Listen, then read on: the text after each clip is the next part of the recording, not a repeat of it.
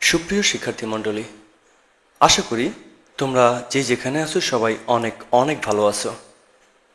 আমরা আজকের ক্লাসে আলোচনা করব চতুর্থ শ্রেণীর ইংলিশ ফর টুডে বইয়ের ইউনিট 31-এর months of the year 2 lesson 3-4।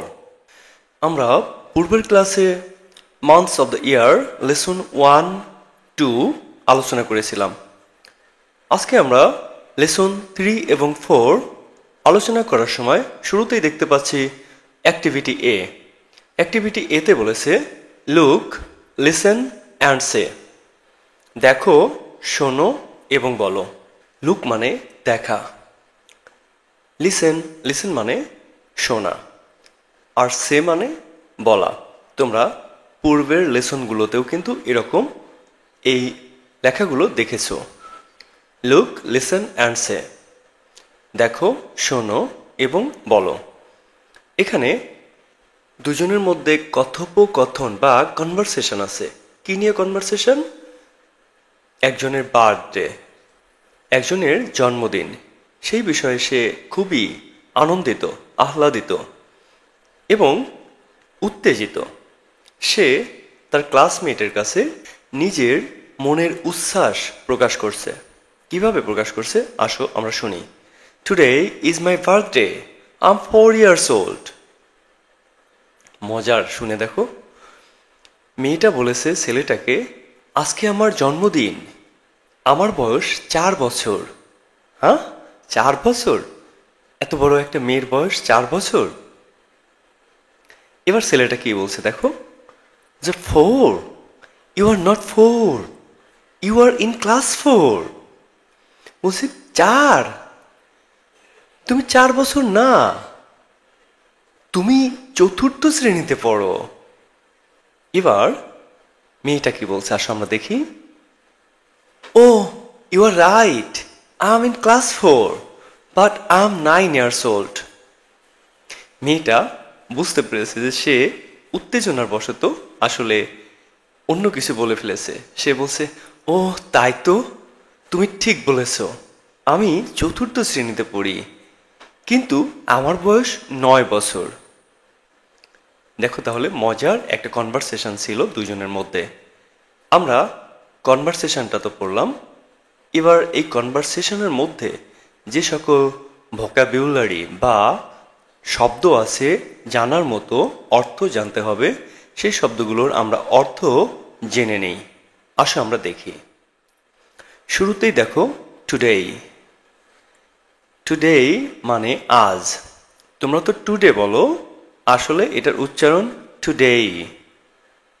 Is my birthday. Birthday মানে জন্মদিন। বার্থডে মানে কি? জন্মদিন। বার্থডে না কিন্তু, বার্থডে। বার্থডে মানে জন্মদিন। এরপরে কি আছে দেখো, ইয়ার্স। ইয়ার্স মানে বছর, বছরগুলো। ইয়ার মানে বছর, ইয়ার্স মানে এই ইয়ারের বহু বচন, মানে বছরগুলো। এরপরে রয়েছে দেখো ওল্ড। ওল্ড মানে বয়স্ক। ওল্ড মানে বয়স্ক, মানে একজনের কত বয়স হয়েছে সেটা বোঝাতে আমরা ওল্ড শব্দটা ব্যবহার করে থাকি। আই এম 4 years old মানে আমার বয়স 4 বছর, অথবা আমি 4 বছর বয়স্ক। এরপরে দেখো রয়েছে রাইট। রাইট মানে সঠিক বা ঠিক। ক্লাস। ক্লাস মানে শ্রেণী। ইয়ার্স মানে তো বলেছে আগেই বছর। ওল্ড মানে বয়স্ক, এটাও আগে বলা হয়েছে। এবার আমরা দেখব অ্যাক্টিভিটি বি। অ্যাক্টিভিটি বি হলো একটা গ্রুপ ওয়ার্ক। গ্রুপ ওয়ার্ক মানে যেগুলো গ্রুপে করতে হয়, দলে করতে হয়। গ্রুপ ওয়ার্ক মানে কি বলো তো? দলের কাজ, ঠিক আছে? দলগত কাজ। গ্রুপ ওয়ার্ক মানে দলগত কাজ। এখানে কোশ্চেন দেওয়া আছে দুটা। এই কোশ্চেনের উত্তর তুমি তোমার বন্ধুর কাছে দেবে, অথবা তোমার বন্ধু তোমাকে দেবে। তুমি তোমার বন্ধুকে প্রশ্ন করবে, তোমার বন্ধু সেটার উত্তর দেবে, অথবা তোমার বন্ধু তোমাকে প্রশ্ন করবে, তুমি তোমার বন্ধুকে এই প্রশ্নের জবাব দেবে। প্রথম প্রশ্নটা দেখো, what day is your birthday? তোমার জন্মদিন কোন দিন?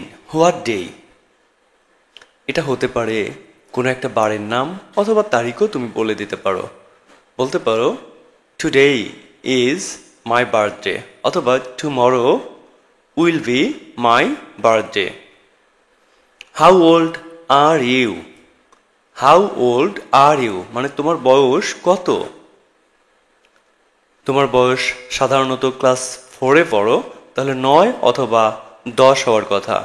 তাহলে তুমি বলতে পারো আই অ্যাম 9 ইয়ার্স ওল্ড অথবা আই অ্যাম 10 ইয়ার্স ওল্ড। তোমার যেটা তুমি সেটা বলতে পারবে, আই অ্যাম 9 ইয়ার্স ওল্ড অথবা আই অ্যাম 10 ইয়ার্স ওল্ড। আমরা এখন দেখব অ্যাক্টিভিটি সি। অ্যাক্টিভিটি সিতে বলেছে রাইট দ্য মিসিং মান্থস। এখানে যে মাসগুলো অনুপস্থিত আছে সেই মাসগুলোর নাম লিখতে হবে। রাইট মানে লেখা, তোমরা সবাই জানো। মিসিং মানে হারানো, যা দেয়া নাই।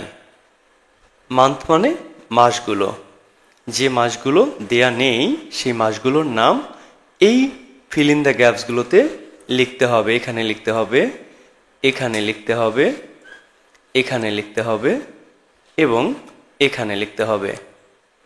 এছাড়াও দেখো নিচে আরো দুটো শূন্যস্থান আছে, এখানে এবং এইখানে। আমরা এইখানে এই মিসিং মাসগুলোর নাম লিখব।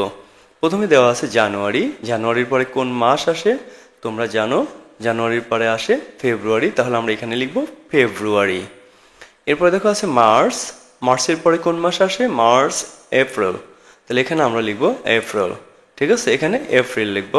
তারপর মে, মের পরে আসে জুন, আমরা মের পরে লিখব জুন। তারপরে দেখো জুলাই দেওয়া আছে, জুলাইয়ের পরে কোন মাস আসে, অগাস্ট, তাহলে আমরা এখানে লিখব আগস্ট। বাংলায় আগস্ট বলি আমরা, ইংরেজিতে কিন্তু অগাস্ট এরকম বলতে হয়। সেপ্টেম্বর, এর পরে আসে অক্টোবর, তাহলে আমরা এখানে লিখব অক্টোবর, অক্টোবর। অক্টোবরের পরে দেখো দেওয়া আছে নভেম্বর। নভেম্বরের পরে কোন মাস আসে, ডিসেম্বর, তাহলে আমরা এখানে লিখব ডিসেম্বর। তাহলে আমরা শূন্যস্থানগুলো পূরণ করে ফেললাম। আমরা মিসিং মান্থস এর নাম দিয়ে শূন্যস্থানগুলো পূরণ করে ফেললাম। ডিয়ার স্টুডেন্টস, আমরা ইউনিট 31 এর লেসন 3 এবং 4 আলোচনা শেষ করলাম। আমরা এরপরে এই লেসনগুলো অর্থাৎ লেসন 1, 2, 3 এবং 4 এর এক্সাম প্রিপারেশন নিয়ে পরবর্তীতে আলোচনা করব। সে পর্যন্ত তোমরা সবাই অনেক অনেক ভালো থেকো। তোমাদের সবাইকে অনেক অনেক ধন্যবাদ জানিয়ে শেষ করছি আমাদের আজকের ক্লাস।